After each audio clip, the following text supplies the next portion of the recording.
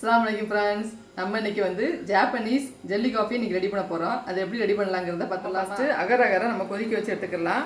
உங்கள்கிட்ட அகர் அகர் இல்லாட்டி gelatin பவுடர்னாலும் okay. இதை வந்து நம்ம கொதிக்க வச்சு எல்லாம் கொதிச்சிருச்சு. நம்ம இதை வந்து வடிகட்டி எடுத்துக்கலாம். நான் வந்து 10 ரூபா புருத்தூள் எடுத்திருக்கேன். இது எல்லாத்தையும் சேர்த்துடலாம் அப்படியேவும்.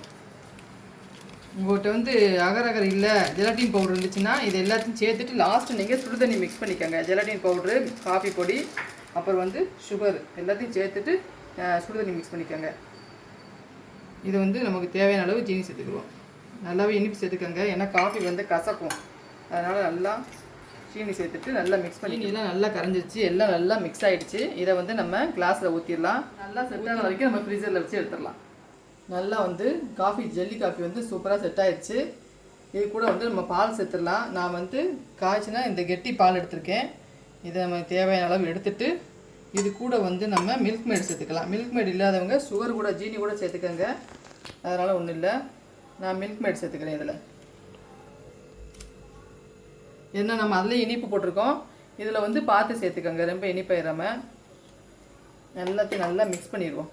நம்ம மிக்ஸ் பண்ணி வச்சுருக்கிற பால் ஜெல்லி காஃபியோடு நம்ம சேர்த்துருவோம். உங்களுக்கு எவ்வளோ தேவையோ அந்த அளவுக்கு சேர்த்துக்கோங்க. இதை நம்ம இப்போ டேஸ்ட் பண்ணி பார்த்துடலாம், எப்படி இருக்குன்னு ட்ரை பண்ணி பார்த்துடலாம். ரொம்பவே சூப்பராக இருக்குது, அல்டிமேட்டாக இருக்குது. நீங்கள் வீட்டில் ட்ரை பண்ணி பாருங்கள். பார்க்குறதுக்கே சூப்பராக கலர்ஃபுல்லாக இருக்குது. மறக்காமல் லைக் பண்ணி ஷேர் பண்ணி சப்ஸ்கிரைப் பண்ணிடுங்க. அஸ்ஸலாமு அலைக்கும்.